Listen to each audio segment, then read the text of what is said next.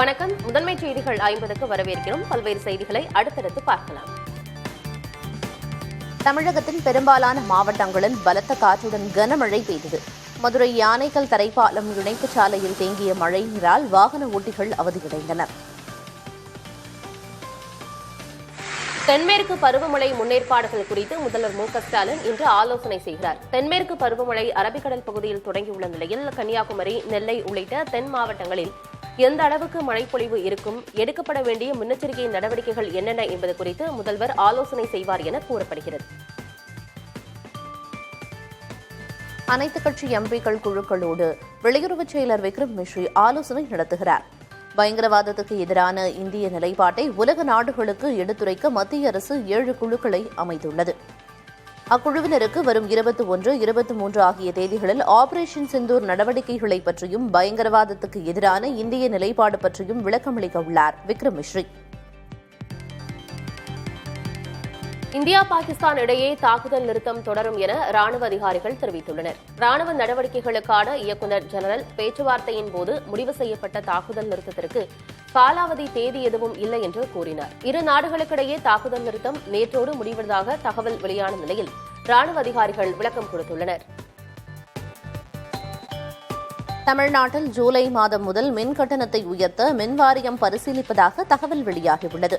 மின் கட்டணத்தை 3 விழுக்காடு உயர்த்த மின்சார ஒழுங்குமுறை ஆணையம் பரிந்துரைத்திருப்பதாகவும் அதன் அடிப்படையில் கட்டண உயர்வு குறித்து பரிசீலிக்கப்படுவதாகவும் கூறப்படுகிறது. அதேவேளையில் மின் கட்டணத்தை உயர்த்துவது குறித்து தமிழக அரசுதான் முடிவெடுக்க வேண்டும் என மின்வாரிய அதிகாரிகள் கூறியுள்ளனர். மக்களை வதைக்கும் மின்கட்டண உயர்வு திட்டத்தை தமிழக அரசு கைவிட வேண்டும் என்று ராமதாஸ் வலியுறுத்தியுள்ளார். மின்சார வாரியம் இழப்பில் இயங்குவதாகவும் அதை லாபத்தில் இயங்கச் செய்யவே கட்டணம் உயர்த்தப்படுவதாகவும் கூறப்படுவதில் உண்மையில்லை என்றும் அவர் கூறியுள்ளார். தனியாரிடமிருந்து அதிக விலைக்கு மின்சாரம் வாங்கப்படுவதுதான் மின்வாரியத்தின் இழப்புக்கு காரணம் என்றும் ராமதாஸ் தெரிவித்துள்ளார். உச்சநீதிமன்றத்திற்கு குடியரசுத் தலைவர் அனுப்பியுள்ள குறிப்பினை எதிர்ப்பது தொடர்பாக பாஜக ஆட்சி புரியாத 8 மாநில முதல்வர்களுக்கு தமிழக முதலமைச்சர் ஸ்டாலின் கடிதம் எழுதியுள்ளார். ஆளுநருக்கு எதிரான வழக்கில் அளித்த தீர்ப்பினை கேள்விக்குள்ளாக்குவதே குடியரசுத் தலைவர் குறிப்பின் நோக்கம் என முதல்வர் தெரிவித்துள்ளார். தமது அரசால் பெறப்பட்ட தீர்ப்பு அனைத்து மாநிலங்களுக்கும் பொருந்தும் என முதல்வர் சுட்டிக்காட்டியுள்ளார். அதிமுகவின் 10 ஆண்டு கால ஆட்சியில் சராசரியாக 1.36% இருந்த வேளாண் வளர்ச்சி திராவிட மாடல் ஆட்சி பொறுப்பேற்ற பிறகு 5.66% உயர்ந்து சாதனை படைத்துள்ளதாக தமிழக அரசு தெரிவித்துள்ளது. இதுகுறித்து அரசு வெளியிட்டுள்ள அறிக்கையில் முதல்வர் ஸ்டாலின் ஆட்சி பொறுப்பேற்ற பின் 27 மாவட்டங்களில் 917 ஏரிகள் சீரமைக்கப்பட்டுள்ளதாகவும் தெரிவிக்கப்பட்டுள்ளது. தூத்துக்குடி மீரான்குளம் பகுதியில் கார் கிணற்றில் விழுந்து விபத்துக்குள்ளான சம்பவத்தில் 45 சவரன் மீட்கப்பட்டது. மோசஸ் என்பவர் குடும்பத்தோடு சென்ற கார் 50 அடி ஆழ கிணற்றில் விழுந்து விபத்துக்குள்ளான நிலையில் அவர்கள் கொண்டு சென்ற 45 சவரன் நகை கிணற்றுக்குள் விழுந்தது. விபத்தில் இறந்த 5 பேரின் உடல்களும் நெல்லை அரசு மருத்துவக் கல்லூரி மருத்துவமனையில் வைக்கப்பட்டிருந்த நிலையில் கனிமொழி எம்பி அஞ்சலி செலுத்தினார். தமிழ்நாட்டில் சாலையோரங்களில் உள்ள கிணறுகளை ஆய்வு செய்து பாதுகாப்பை உறுதி செய்ய வேண்டும் என அனைத்து மாவட்ட ஆட்சியர்கள் மற்றும் நெடுஞ்சாலைத்துறை அதிகாரிகளுக்கு தலைமைச் செயலாளர் முருகானந்தம் அறிவுறுத்தியுள்ளார். தூத்துக்குடி மாவட்டம் சாத்தான்குளம் அருகே கிணற்றில் கார் கவிழ்ந்த விபத்தில் 5 பேர் உயிரிழந்தனர். ஆந்திர மாநிலம் குப்பம் அருகே தண்ணீர் தேங்கிய பள்ளத்தில் விழுந்து தமிழ்நாட்டைச் சேர்ந்தவர் உட்பட 3 சிறார்கள் உயிரிழந்தனர். தேவராஜபுரத்தில் விவசாய நிலத்தில் ஏற்பட்ட பள்ளத்தில் மழையின் காரணமாக தண்ணீர் தேங்கியுள்ளது. இதில் மூழ்கி ஷாலினி, கௌதமி மற்றும் அஸ்வின் ஆகிய சிறார்கள் உயிரிழந்துள்ளனர். இதனிடையே ஆந்திர முதல்வர் சந்திரபாபு நாயுடு உயிரிழந்த 3 சிறார்களின் குடும்பத்தாருக்கும் தலா 1 லட்சம் ரூபாய் இழப்பீடு அறிவித்துள்ளார். உலகெங்கிலும் உள்ள தொப்புள் கொடி உறவுகளுக்கு நம்பிக்கையூட்டும் நல்லுறவுகளாக இருப்போம் என தமிழக வெற்றிக் கழகத்தின் தலைவர் விஜய் தெரிவித்துள்ளார். இலங்கை முள்ளிவாய்க்கால் இனப்படுகொலை நினைவு நாளையொட்டி அவர் இவ்வாறு கூறியுள்ளார். மண்ணில் விதைக்கப்பட்ட நம் உறவுகளுக்கும் உலகில் சிறந்த உயர்தனை வீரத்திற்கும் நினைவஞ்சலியும் வீர வணக்கமும் என்று விஜய் கூறியுள்ளார். பாஜகவுடன் கூட்டணி இல்லை என்று தாவேக சார்பாக விஜயிடமிருந்து எந்த அதிகாரப்பூர்வ அறிவிப்பும் வரவில்லை என்று பாஜக மூத்த தலைவர் தமிழிசை சவுந்தரராஜன் தெரிவித்தார். சென்னையில் செய்தியாளர்களிடம் பேசிய அவர் யார் யாரோ சொல்வதற்கெல்லாம் பதில் சொல்ல முடியாது என்றும் கூறினார். எல்லோரும் ஒன்று சேர வேண்டிய சூழல் வந்திருக்கிறது என்பதே தனது கருத்து என்றும் தமிழிசை தெரிவித்தார். அடுத்த ஆண்டு நடைபெறவுள்ள சட்டமன்ற தேர்தலையொட்டி 3 மாவட்டங்களை உள்ளடக்கிய மண்டலத்தின் பொறுப்பாளராக அமைச்சர் எம்.ஆர்.கே. பன்னீர்செல்வத்தை திமுக தலைமை நியமித்துள்ளது. கடலூர் கிழக்கு, விழுப்புரம், காஞ்சிபுரம் தெற்கு ஆகிய கட்சி ரீதியிலான மாவட்டங்களுக்கு அவர் பொறுப்பாளராக நியமிக்கப்பட்டுள்ளார். PSLV C-61 ராக்கெட் திட்டம் தோல்வி குறித்து மதிப்பீடு செய்து வருவதாக இஸ்ரோ தலைவர் நாராயணன் தெரிவித்தார். புவி கண்காணிப்பு செயற்கைக்கோளோடு நேற்று காலை விண்ணில் ஏவப்பட்ட PSLV C-61 ராக்கெட் திட்டம் தோல்வியடைந்தது. ராக்கெட்டின் முதல் 2 நிலைகள் வெற்றிகரமாக பிரிந்த நிலையில் தரையிலிருந்து ஏவப்பட்ட 8 நிமிடம் 13 வினாடிகளில் 3வது நிலை பிரிவதில் தொழில்நுட்ப கோளாறு ஏற்பட்டது.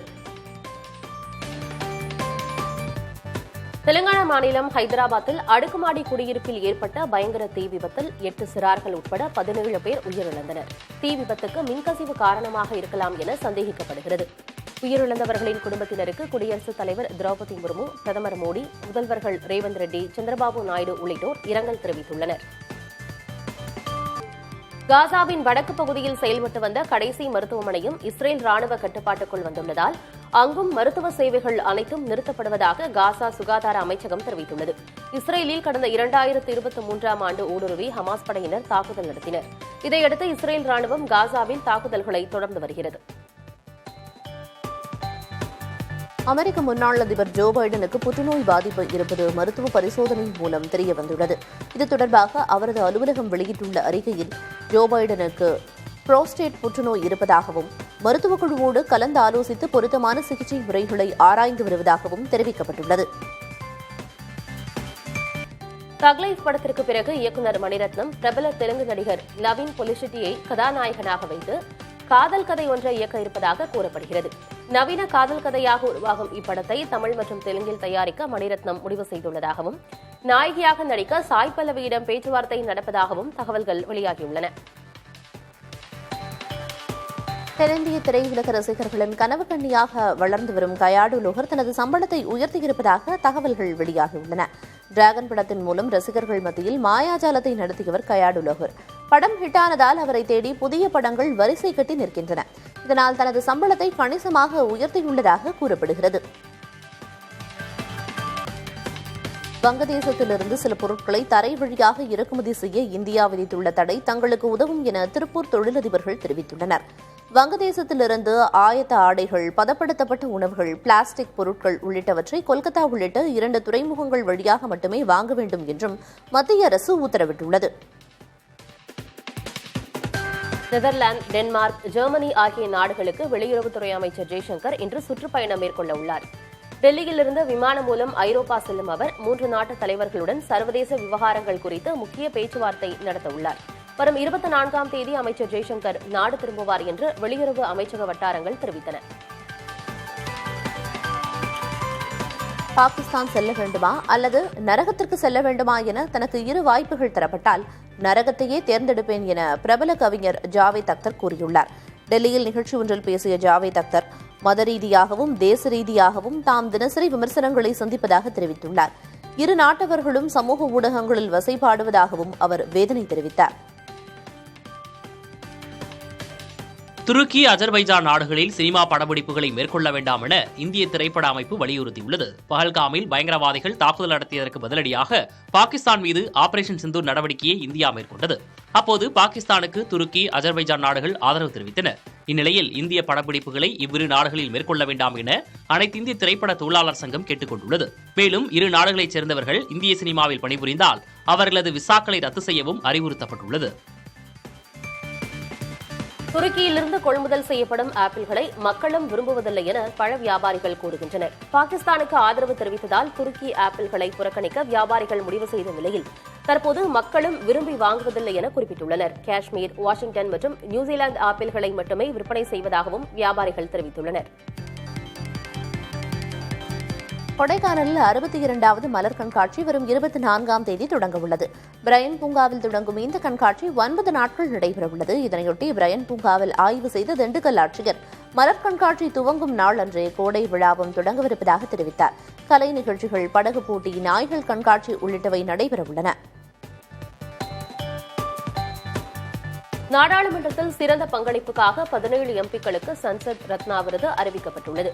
பிஜு ஜனதா தளம், பருத்ஹரி மக்தாப், தேசியவாத காங்கிரஸ் சுப்ரியா சுலே, திமுகவின் CN அண்ணாதுரை, பாஜகவின் ஸ்மிதா வாக், நிஷிகாந்த் துபே உள்ளிட்டோருக்கு விருது வழங்கப்பட உள்ளது. மேலும் இரு நிரந்தர குழுக்களான நிதி மற்றும் விவசாய துறைகளுக்கும் சிறந்த செயல்திறனுக்கான விருது அறிவிக்கப்பட்டுள்ளது. ஆந்திராவில் ஆகஸ்ட் 15ஆம் தேதி முதல் பெண்கள் இலவசமாக பேருந்தில் பயணிக்கலாம் என அம்மாநில முதலமைச்சர் சந்திரபாபு நாயுடு அறிவித்துள்ளார். தேர்தலின் போது தெலுங்கு தேசம் கட்சி அளித்த சூப்பர் 6 வாக்குறுதிகளில் இதுவும் ஒன்றாகும். ஏற்கனவே மேம்படுத்தப்பட்ட சமூக பாதுகாப்பு ஓய்வூதியம், வருடத்திற்கு 3 இலவச கேஸ் சிலிண்டர்கள் போன்ற வாக்குறுதிகளையும் சந்திரபாபு நாயுடு நிறைவேற்றியுள்ளார். மன்னார் வளைகுடா பகுதியில் அத்துமீறி மீன்பிடித்த 17 கேரள மீனவர்களை தூத்துக்குடி மீன்வளத்துறை அதிகாரிகள் எச்சரித்து விடுவித்தனர். மீன்பிடி தடைக்காலம் அமலில் உள்ள நிலையில் மன்னார் வளைகுடா பகுதியில் கேரள மீனவர்கள் அத்துமீறி மீன்பிடித்துள்ளனர்.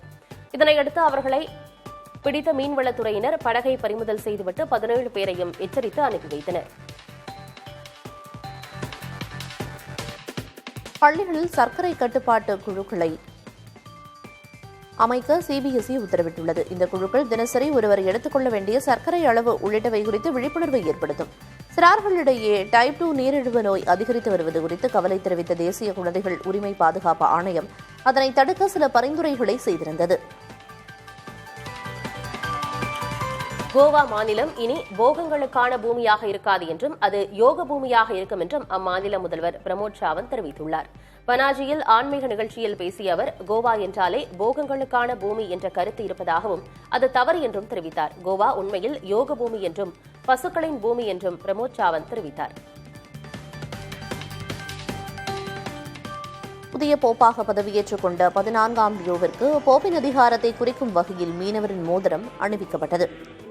பதவியேற்பிற்கான சிறப்பு திருப்பலியில் கலந்து கொண்ட போது போரால் பாதிக்கப்பட்ட காசா, உக்ரைன், மியான்மர் நாட்டு மக்களுக்காக போப் 14ஆம் லியோ சிறப்பு பிரார்த்தனை செய்தார். வாட்டிகனில் நடைபெற்ற விழாவில் இந்தியா சார்பில் மாநிலங்களவை துணைத் தலைவர் ஹரிவன்ஷ், நாகாலாந்து துணை முதல்வர் யாந்தோங்கோ பாட்டன் ஆகியோர் கலந்து கொண்டனர். வாட்டிகனில் நடந்த போப் பதவியேற்பு விழாவில் கலந்து கொண்ட உலக நாடுகளின் தலைவர்களை போப் 14ஆம் லியோ சந்தித்து உரையாடினார். அமெரிக்க துணை அதிபர் JD வான்ஸ், யுக்ரைன் அதிபர் ஜெலன்ஸ்கி, கனடா பிரதமர் மார்க் கார்னே, ஆஸ்திரேலிய பிரதமர் ஆண்டனி அல்பானிஸ், ஐரோப்பிய யூனியன் கூட்டமைப்பு தலைவர், ஸ்பெயின் மற்றும் மொனாக்கோ அரசு குடும்பத்தினரை போப் 14ஆம் லியோ சந்தித்து உரையாடினார். ரஷ்யா, உக்ரைன் நாடுகளுக்கிடையே போர் நிறுத்த பேச்சுவார்த்தையில் அமெரிக்க அதிபர் டிரம்ப் ஈடுபட உள்ளதாக தகவல் வெளியாகியுள்ளது. போரை நிறுத்தும் முயற்சியாக ரஷ்ய அதிபர் புட்டினுடன் தொலைபேசி வாயிலாக டிரம்ப் விவாதிக்க இருப்பதாக ரஷ்ய ராணுவ தலைமையகம் தெரிவித்தது. தொடர்ந்து உக்ரைன் அதிபர் ஜெலன்ஸ்கியோடு டிரம்ப் பேசவுள்ளார். திபெத், ஆப்கானிஸ்தானில் மிதமான நிலநடுக்கம் உணரப்பட்டது. திபெத்தில் ரிக்டர் அளவில் 3.58 நிலநடுக்கம் ஏற்பட்டதாக தேசிய புவியியல் ஆய்வு மையம் வெளியிட்டிருக்கும் அறிக்கையில் தெரிவிக்கப்பட்டுள்ளது. இதேபோல அண்டை நாடான ஆப்கானிஸ்தானிலும் நிலநடுக்கம் ஏற்பட்டிருக்கிறது. இது ரிக்டர் அளவில் 4.5 பதிவாகியுள்ளது. இருப்பினும் இந்த நிலநடுக்கங்களால் பாதிப்பு ஏற்பட்டதாக தகவல் இல்லை. தோனியை விரும்பும் ரசிகர்கள் எல்லோரும் இயல்பாக சேர்ந்த கூட்டம் என்று முன்னாள் கிரிக்கெட் வீரர் ஹர்பஜன் சிங் தெரிவித்தார். விவாத நிகழ்ச்சி ஒன்றில் பேசிய அவர், எந்த ஒரு கிரிக்கெட் வீரருக்காவது உண்மையான ரசிகர்கள் இருக்கிறார்கள் என்றால் அது தோனி ஒருவருக்கே என்று கூறினார். மற்ற வீரர்கள் எல்லாம் பணம் கொடுத்தும் ரசிகர்கள் பட்டாளத்தை திரட்டியுள்ளனர் என்றும் ஹர்பஜன் சிங் தெரிவித்தார். இந்திய கிரிக்கெட்டில் விராட் கோலியின் பங்களிப்புக்காக மிக உயரிய விருதான பாரத ரத்னா வழங்க வேண்டும் என்று முன்னாள் கிரிக்கெட் வீரர் சுரேஷ் ரெய்னா வலியுறுத்தியுள்ளார். விருதுக்கு விராட் கோலி தகுதியானவரே என்றும் அவர் தெரிவித்தார். இதுவரையில் பாரத ரத்னா விருதை பெற்ற கிரிக்கெட் வீரர் சச்சின் மட்டுமே. சர்வதேச கிரிக்கெட்டிலிருந்து ஓய்வு பெற்ற ஓராண்டு கழித்து 2014 பாரத ரத்னா விருது பெற்றார். கிரிக்கெட் வீரர்கள் தங்களை நன்றாக அறிந்து கொள்ளும் போது திறன் மேலும் அதிகரிக்கும் என்று இந்திய அணியின் முன்னாள் தலைமை பயிற்சியாளர் ராகுல் டிராவிட் தெரிவித்துள்ளார். தான் மிகப்பெரிய வீரர்களோடு இணைந்து பயணித்த போது அவர்களிடம் பொதுவான ஒரு விஷயத்தை கவனிக்க முடிந்ததாக கூறியுள்ளார். தாங்கள் யார் என்பதை உண்மையில் அவர்கள் புரிந்து வைத்திருந்தார்கள் என்று டிராவிட் தெரிவித்தார். தனக்கும் மணிரத்னத்திற்கும் சரியான புரிதல் இருப்பது இசையில்தான் என்று அவரது மனைவி சுஹாசினி தெரிவித்துள்ளார். அவர் அளித்த பேட்டி ஒன்றில் எந்த விஷயங்களை விட்டுக் கொடுக்க வேண்டும் என்பது ஒரு துணைக்கு தெரிய வேண்டும் என்றார். சின்ன சின்ன விஷயங்களில் கட்டுப்பாட்டோடு இருந்துவிட்டு பெரிய விஷயங்களை கைவிடுவதில் எந்தவித பிரயோஜனமும் இல்லை என்றும் சுஹாசினி கூறினார். நடிகை ரஷ்மிகா மிகவும் கடினமாக உழைப்பதாகவும் அவருக்கு இருக்கும் மன வலிமையினால் எதையும் சாதிக்க முடியும் என்றும் தெலுங்கு திரையுலகின் பிரபல நடிகரான விஜய் தேவரகொண்டா தெரிவித்தார். இருவரும் காதலித்து வருவதாக சில ஆண்டுகளாக தகவல்கள் பரவி வரும் நிலையில் இதுகுறித்து பேட்டியளித்துள்ளார். அதில் ரஷ்மிகாவுடன் தான் இன்னும் நிறைய படங்களில் நடிக்க வேண்டும் என்று விரும்புவதாக தெரிவித்தார். ராமாயணம் திரைப்படத்தில் மண்டோதரி கதாபாத்திரத்தில் நடிகை காஜல் அகர்வால் நடிப்பதாக தகவல் வெளியாகியுள்ளது. இப்படத்தில் ராமராக ரன்பீர் கபூர், சீதாவாக சாய் பல்லவி மற்றும் ராவணனாக யஷ் நடிக்கின்றனர். 2 பாகங்களாக உருவாகும் ராமாயணம் படத்தின் முதல் பாகம் அடுத்த ஆண்டு தீபாவளிக்கும், 2ஆம் பாகம் 2027ஆம் ஆண்டு தீபாவளிக்கும் வெளியாக உள்ளன. கூகுள் மூலம் தமிழ் கற்றுக்கொண்டு நடித்தேன் என்று ஏஎஸ் படத்தின் நாயகி ருக்மணி வசந்த் தெரிவித்தார்.